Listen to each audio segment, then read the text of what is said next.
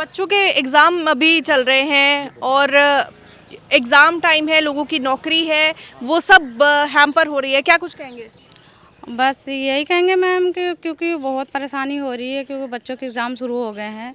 और इन्होंने पहले तो बोला कि जहाँ झुग्गी वहाँ मकान, मोदी जी ने बोला, क्योंकि जब अब गवर्नमेंट तोड़ रही, पहले कहाँ सो रही थी इतनी। जब गवर्नमेंट का कितने साल हो गए, यहाँ 70 80 90 साल हो गए हैं झुग्गियों का, तो इतने साल क्या गवर्नमेंट सो रही थी? तब होश नहीं था कि लीगल है नहीं लीगल है, किसका है, ना तो किसके अंडर में, ना एयरफोर्स के अंडर में, ना आर्मी के अंडर में, किसी के अंडर में नहीं है। और यहाँ ना कोई बदमाशी होती ना कुछ, हम लोग शांति से रहते सब मिलके। और इनको अब का परेशानी हो रही है। और यहाँ बीजेपी के जितने नेता हैं सब आके, कोई आया नहीं, जब सिर्फ चुनाव के टाइम पे आया, और कोई नहीं आया यहाँ झांकने के लिए। और ये भी नहीं देख रहे हैं कि हाँ यहाँ क्या हो रहा है, नोटिस लगी, बिना इनकी मर्जी से नोटिस तो लगेगी नहीं। मगर ये गरीबों खून चूस रहे हैं, ये गरीबी हटा रहे हैं, गरीबों को हटा रहे हैं जी। ये बीजेपी वाले किसी को जीने नहीं दे रहे हैं। मैं तो बोल रही हूँ आप इसको आगे तक पहुँचाओ, क्योंकि यहाँ हम लोग इतना खाना नहीं खा रहे हैं, बच्चे इतना परेशान है, कहाँ जाएंगे? ये 50-60 किलोमीटर दूर दे रहे हैं, वहाँ ना हॉस्पिटल है, ना तो स्कूल है, ना तो मार्केट, कुछ नहीं है वहाँ पे। कहाँ सुनसान कहाँ है? कब्रिस्तान में जाएंगे? अपने परिवार को ऐसे भेज देंगे? आज तो इनके पास पावर है, कल को पावर नहीं रहेगी तो कैसे? इनका भी यही हाल होगा। अगर गरीबों को ऐसे, गरीबों के साथ, हमारे साथ ऐसे करेंगे, हम ही ने इनको बिठाया है, तो कल को ये इनकी सरकार नहीं रहेगी तब क्या करेंगे? हम इनको जब बना सकते हैं तो इनको गिरा भी सकते हैं।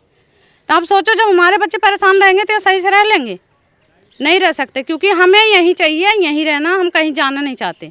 अगर इनको ज़्यादा परेशानी है, ज़्यादा दिक्कत है हमें से, हम लोगों से, कि फिर या तो इधर आसपास दे दें, सरोजिनी नगर में बन रहा, कोटला में बन रहा, इतना यहाँ देखो फ्लैट बन रहे हैं, तो इधर ही आसपास दे दे, क्योंकि हमारे बच्चे यहाँ जोरबाग में पढ़ते हैं। 13,800 कमाने वाला बंदा 45 किलोमीटर, अब बच्चे हमारे यहाँ पढ़ रहे हैं, हम लोग भी यहाँ काम करते हैं जोरबाग में पास में, तो कहाँ जाएंगे हम? वहाँ जंगल में जाएंगे, कब्रिस्तान में काम करेंगे? वहाँ तो साले दिन में मार देते, काट देते। इनका क्या है? ये तो उठा के फेंक देंगे, हमारे बच्चों के लिए कौन सोचेगा? पहले या तो बोलना ही नहीं चाहिए इनको। पहले बोलते थे मोदी की बात पत्थर लकीर है, अब कहाँ गई?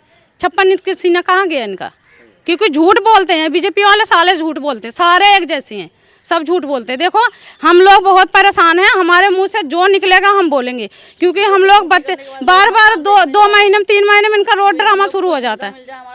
कितना परेशान हो रहे हैं बच्चे, ड्यूटी जा रहे हैं रात भर कहाँ। और यहाँ हम अपने बच्चों को छोड़ के कहीं भी जा सकते, कोई डर नहीं है, क्योंकि रात में दिन में कभी कोई आए यहाँ, ना कोई बदमाशी, ना कोई गुंडागर्दी, कुछ भी नहीं।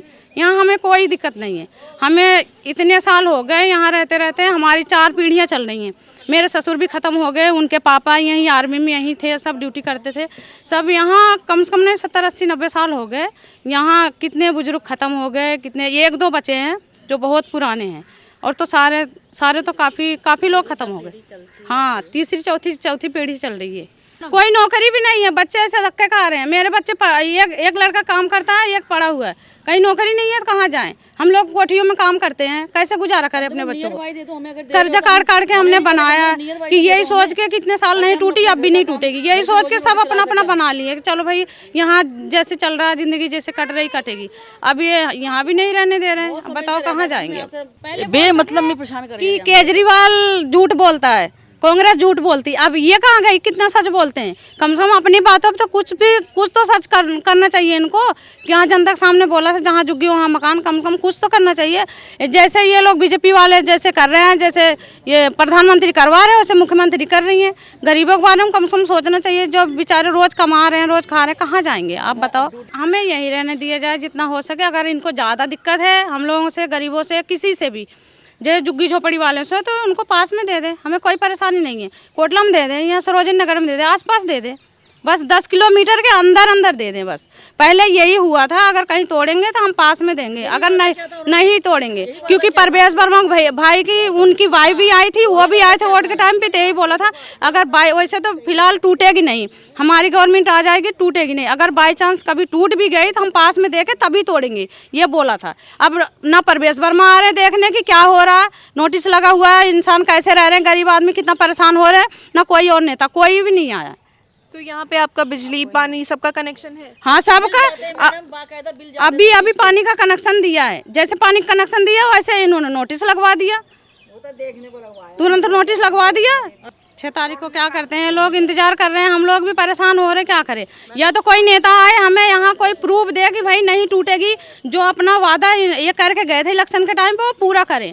अगर नहीं करेंगे तो दोबारा इनकी सरकार नहीं बने, क्योंकि ऐसे जब इंसानों को परेशान करेंगे गरीबों को तो कौन इसको वोट देगा, कोई नहीं देगा, क्योंकि विश्वास ही नहीं है इनके ऊपर। क्योंकि कितने लोग घर इन्होंने तोड़ दिया, कितनी झुग्गियाँ तोड़ दी। जब गरीब आदमी रोएगा उनके दिल से बददुआ निकलेगी तो ये सुखी से रहेंगे।